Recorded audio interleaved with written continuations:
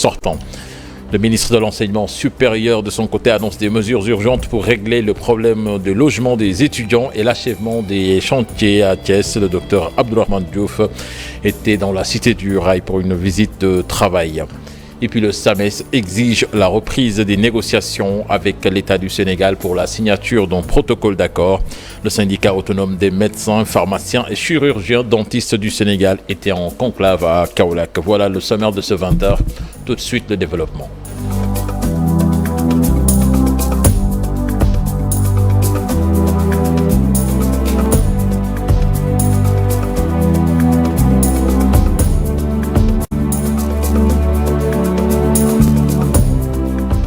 136e édition du pèlerinage marial de Popenguine. Le président Bassirou Diomaye Faye a rendu visite à Monseigneur Benjamin Ndiaye, archevêque de Dakar, à Popenguine.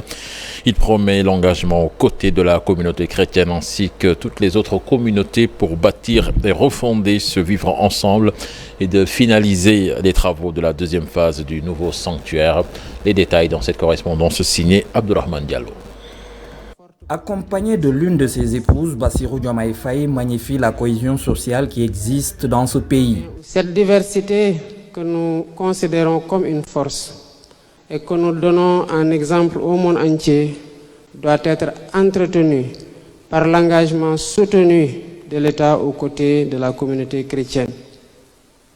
Parce qu'en ce lieu, Notre-Dame de la Délivrance qui est célébrée nous offre un merveilleux exemple par les valeurs universelles qu'elle incarne dans un modèle de vertu, d'amour, de compassion et de pardon.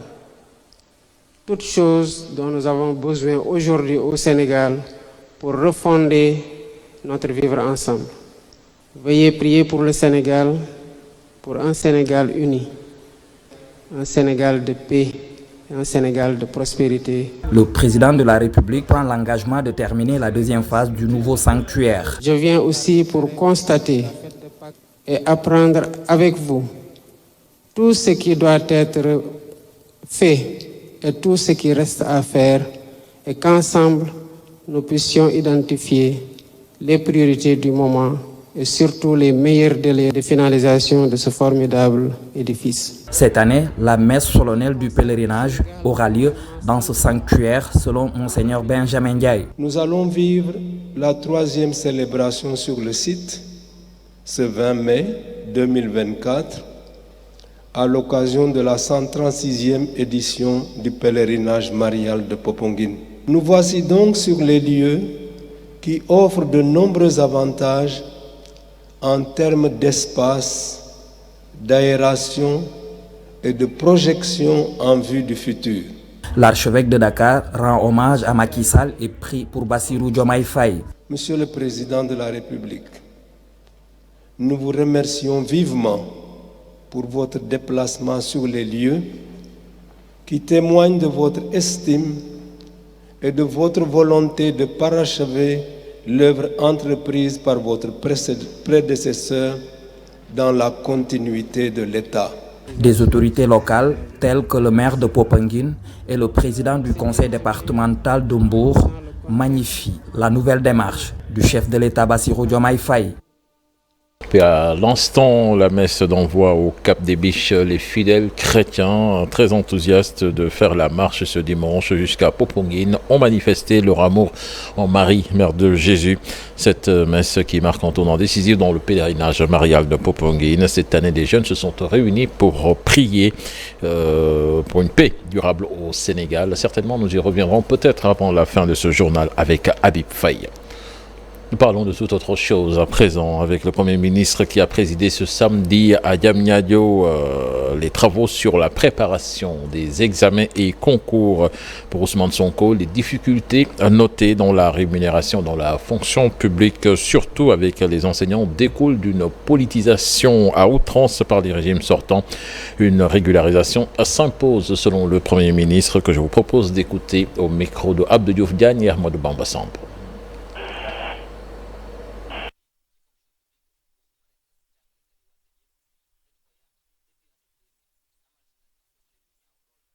Éditions, l'élément n'est pas encore prêt. Le docteur Abdourahmane Diouf, lui, était à Thiès où il a annoncé des mesures urgentes, surtout pour régler le problème de logement des étudiants et la restauration, ainsi que les chantiers qui, dit-il, seront achevés. Le docteur Abdourahmane Diouf, donc, était dans les écoles nationales de l'enseignement supérieur et l'université Iba Der Thiam également. Je vous propose de l'écouter des propos recueillis par Cheikh Anta Diop et Seyla Tir. Nous avons eu un sentiment de satisfaction.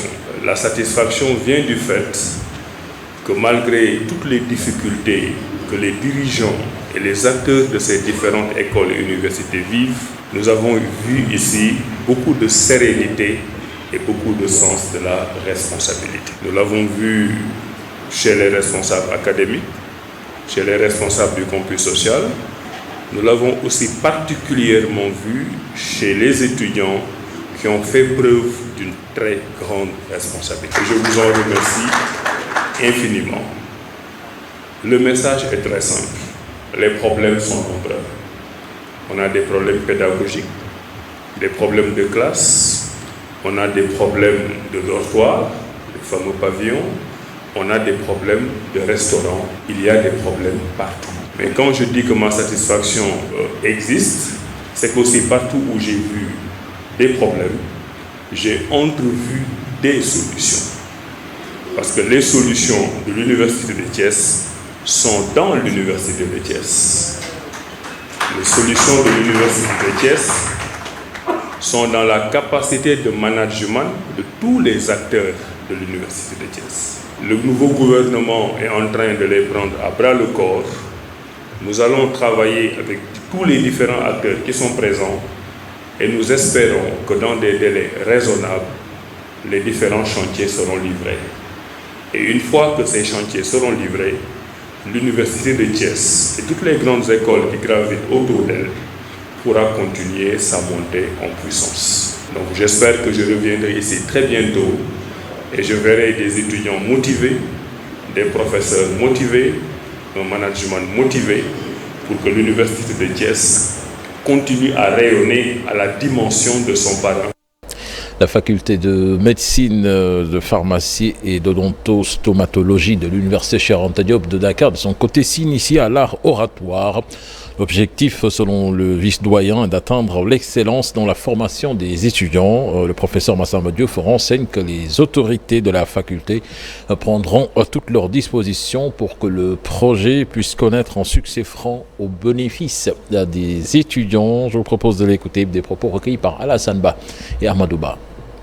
Ce que nous retenons, c'est que c'est un projet qui existe entre l'amicale des étudiants de la faculté de médecine, de pharmacie et d'odontostomatologie et un partenaire, un laboratoire pharmaceutique appelé DAFRA. C'est un projet qui a pour objectif de créer de l'émulation au niveau de la population estudiantine, notamment celle de la faculté de médecine, de pharmacie et d'odontostomatologie, en visant l'excellence. Il s'agira principalement d'initier nos étudiants à l'art oratoire, de les initier aussi à prendre la parole en public, mais aussi de leur donner tous les outils nécessaires pour qu'ils soient davantage persuasifs. Donc c'est un projet pour nous qui est très innovant, qui peut permettre d'augmenter le rendement par rapport à l'excellence pour nos produits, pour nos apprenants. L'étudiant est un apprenant en perpétuelle quête de connaissances. S'il y a un projet pareil qui vient en appoint pour nous accompagner, nous autres autorités pédagogiques de la faculté, nous ne pouvons qu'être, disons, à l'avant-garde de tout cela. C'est-à-dire les encourager et créer les conditions pour que ce projet puisse connaître un succès franc. Aujourd'hui, je viens de lancer les activités au nom de M. le doyen Empêché, le démarrage des activités de ce projet qui, à terme, va nous permettre de jauger le niveau d'excellence de nos étudiants, surtout par rapport à ces points que je viens de citer.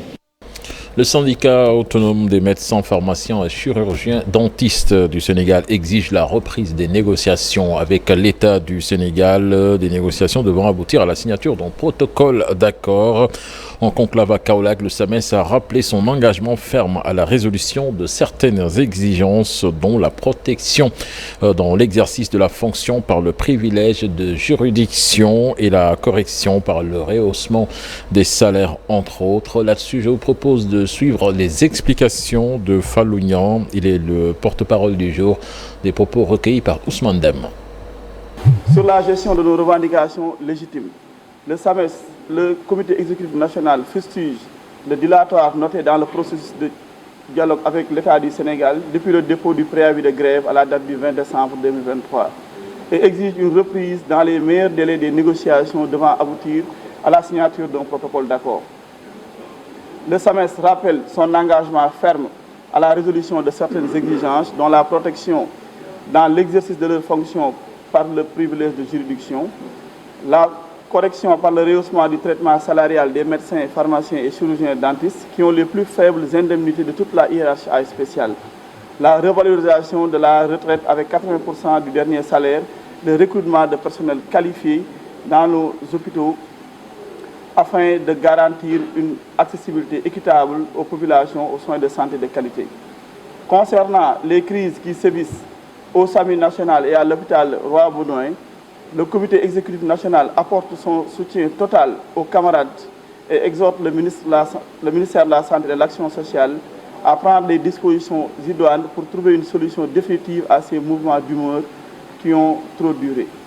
Ces grèves impactent négativement la coordination et la prise en charge des urgences préhospitalières au niveau du SAMU et par ricochet dans tout le territoire national et la continuité de la prise en charge des actes médicaux au sein du premier hôpital de la banlieue.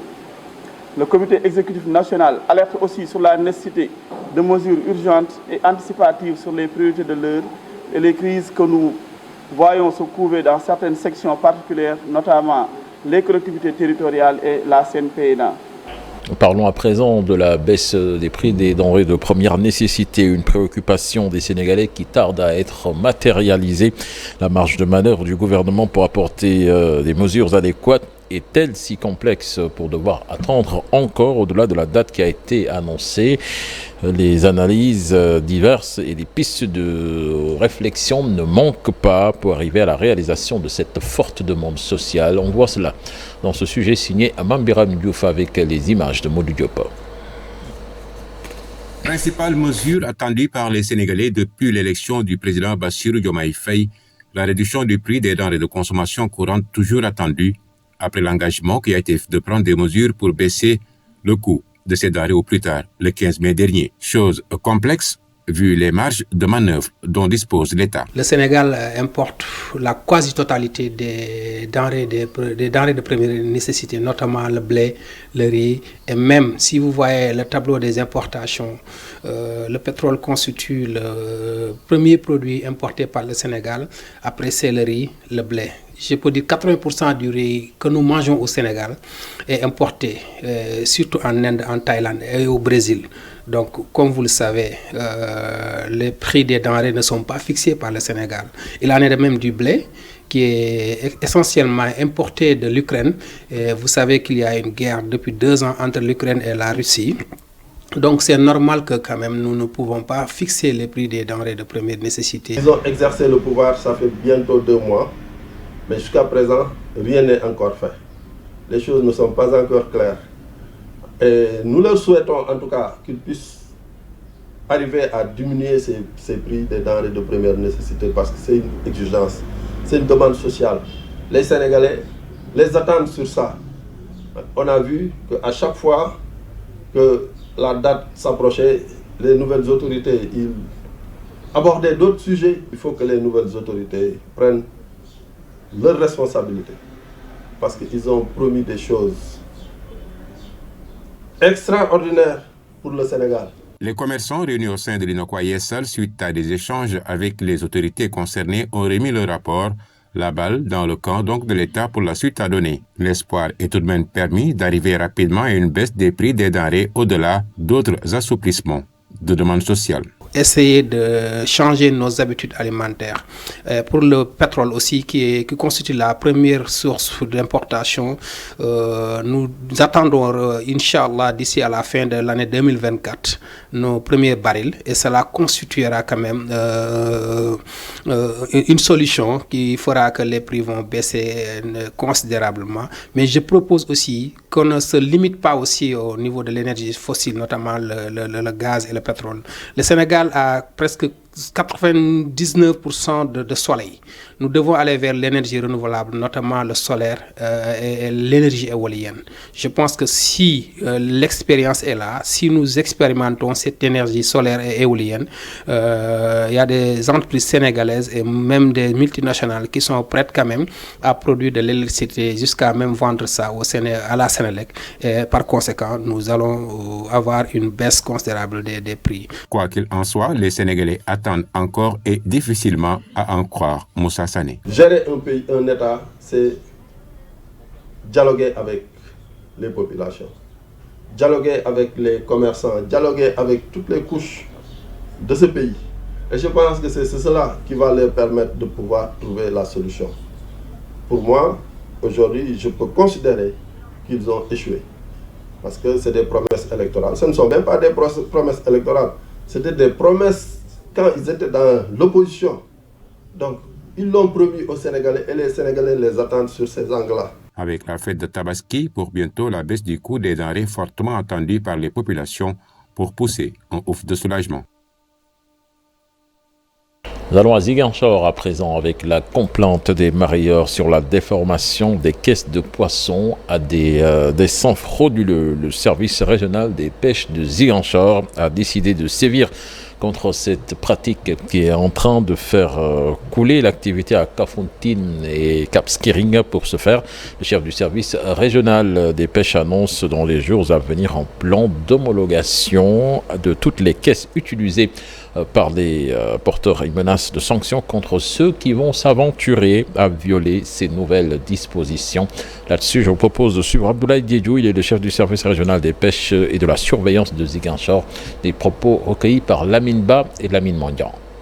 Le problème qui se pose à Kafountine, comme vous l'avez dit, les mareyeurs ont senti que les caisses utilisées pour quantifier les poissons posent un certain problème. C'est-à-dire que les porteurs ou en fait ces gens qui utilisent ces caisses ont tendance à les faire déformer. Ce qui fait que le poids attendu et le poids en réalité qui se trouve dans la caisse ne sont pas les mêmes. Donc aujourd'hui, nous sommes dans une dynamique d'homologuer les caisses, c'est-à-dire qu'on va choisir les dimensions internes et externes, longueur, largeur et hauteur, et le volume également. On va l'homologuer à travers d'abord le collège des mareyeurs, mais à travers une validation de l'ICC et ensuite, Inch'Allah, par un arrêté que le sous-préfet de Djouloulou prendra, ce qui permettra, avec l'aide du comité, on va homologuer toutes les caisses qui seront utilisées pour quantifier les poissons. Les caisses seront homologuées et estampillées, ce qui veut dire que les caisses qui ne sont pas estampillées ne pourront pas être utilisées pour quantifier les quantités de poissons. La question de l'emballage dans la chaîne de production n'a pas encore trouvé de solution pour la plupart des opérateurs économiques présents à la FIARA. Un problème auquel veut s'attaquer la Chambre de commerce et d'industrie de Dakar. En visite à l'événement, le président du CCIAD annonce des pistes de réflexion, des pistes de solution à cette situation qui plombe les exportations. Abdoulaye Sow, que je vous propose d'écouter au micro de Dissa Prera. Ce que a fait les producteurs dans le cadre de la présentation des produits, nous avons vraiment fait beaucoup de pas à l'avant pour les expositions que nous faisons ou les présentations à l'intérieur ou à l'extérieur. Toujours les producteurs sénégalais avaient des problèmes pour pêcher à la présentation. Donc, si vous avez vu, ils s'améliorent cela pour vraiment bien présenter notre produit. Donc ce qui reste maintenant à faire, c'est de les écouter en tant que chef d'entreprise. Parce que le problème se situe au niveau de l'autorisation FRA, les codes barres et la présentation. Donc, pour ce qui concerne la formation sur l'autorisation de FRA, là, la Chambre de commerce le développe et qu'on le met à la disposition des opérateurs économiques. C'est valable aussi pour le code barre. Donc, pour dire qu'on est en train non seulement de former les gens, mais aussi de les aider à mieux vendre leurs produits à l'extérieur. Parce que tout ça, ça dépend de la présentation. Si le produit n'est pas bien présenté, même si vous avez des produits de qualité, vous n'arrivez pas à le vendre à l'extérieur. C'est pour cela que la Chambre de commerce travaille aussi dans ce secteur et que surtout les femmes transformatrices, vraiment travaillent bien avec nous dans ce cadre. Nous allons à Tivaouane à présent avec des familles qui réclament leurs parcelles à usage d'habitation, des terrains qui avaient été achetés depuis 12 ans, mais le site a été aménagé pour reloger des déguerpis. C'est ce qui a suscité la colère des ayants droit. Ils ont tenu en sit-in sur le site pour protester. Le collectif demande un audit du foncier sur place. Cheranta Diop, c'est la terre. Ces personnes regroupées au sein d'un collectif réclament 81 parcelles à la mairie de Tivaouane. On les a attribuées aux membres du collectif pour récupérer nos terrains.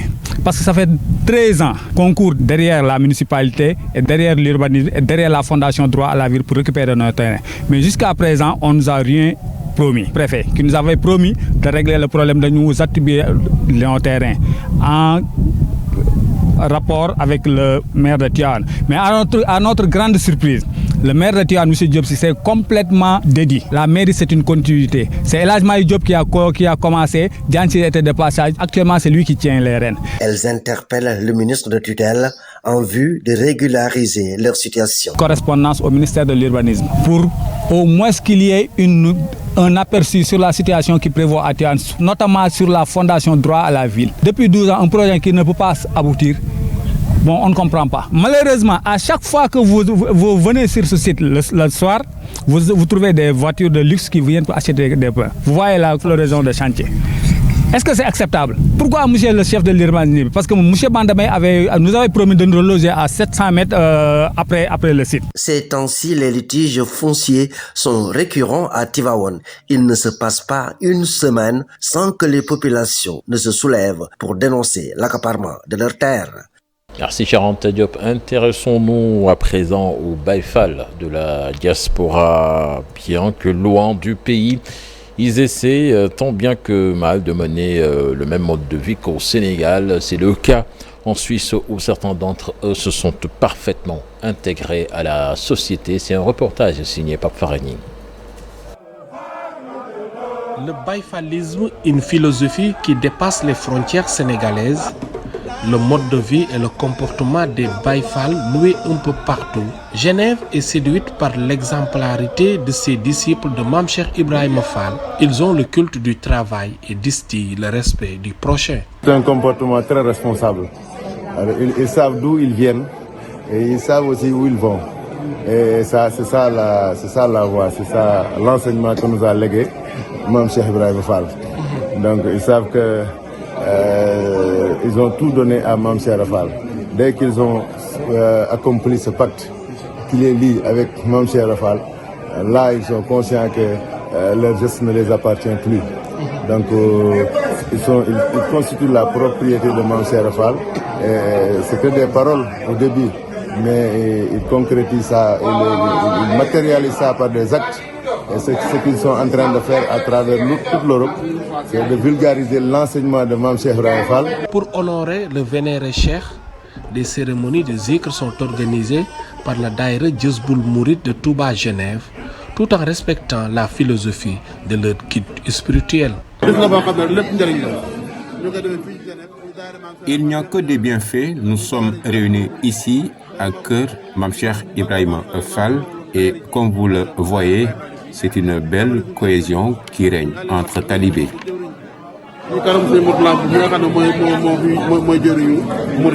Certains d'entre eux ont fondé des familles avec les Suisses qui sont devenus des Yaïfal pratiquantes. Beaucoup d'étrangers se retrouvent ici. Ils sont devenus des Baïfal. Au sein du Daïra, il y a au moins 11 personnes qui se sont converties à l'islam. C'est une bonne chose.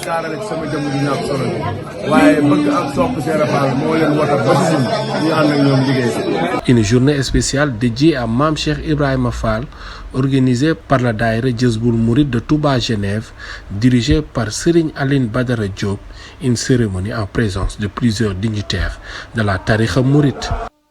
Mot de sport à présent avec le collectif des associations de roller skate qui exige la tenue de l'Assemblée générale élective de la Fédération en charge de la discipline. Une Assemblée générale qui tarde à se tenir depuis 3 ans. Le collectif donc lance un appel à la tutelle pour diligenter le problème en vue de permettre aux athlètes de mieux préparer les championnats du monde de la discipline à venir.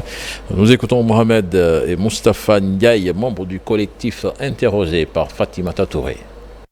La Fédération sénégalaise de roller skate a tenu une assemblée générale en 2021.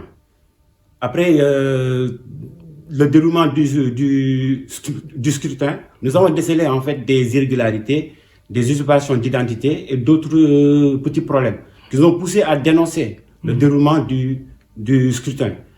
Maintenant, après, le directeur des activités physiques et sportives, le DAPS, avait annulé les résultats provisoires. Mais depuis l'annulation des résultats provisoires, ça fait maintenant presque 3 ans qu'on est en attente d'organisation de nouvelles élections, ce qui tarde à se faire. Aujourd'hui, il y a un enjeu de taille en fait, qui nous pousse à venir lancer un appel aux autorités afin qu'ils nous aident, que notre Assemblée générale puisse se tenir plus tôt, dans les meilleurs délais. Parce que normalement, au mois de septembre, on doit organiser des championnats mondiaux de roller. Maintenant, c'est d'ici 4 mois et que les athlètes, bien vrai qu'ils s'entraînent et tout, mais il n'y a pas de structure légalement constituée qui, d'ailleurs, pourra accompagner les athlètes lors de ces championnats mondiaux. D'où la nécessité d'organiser ces élections dans les meilleurs délais. Merci beaucoup à Fatimata Touré. C'était le dernier élément de ce 20h. Excellente suite des programmes en compagnie de la Télé Futur Média. Au revoir.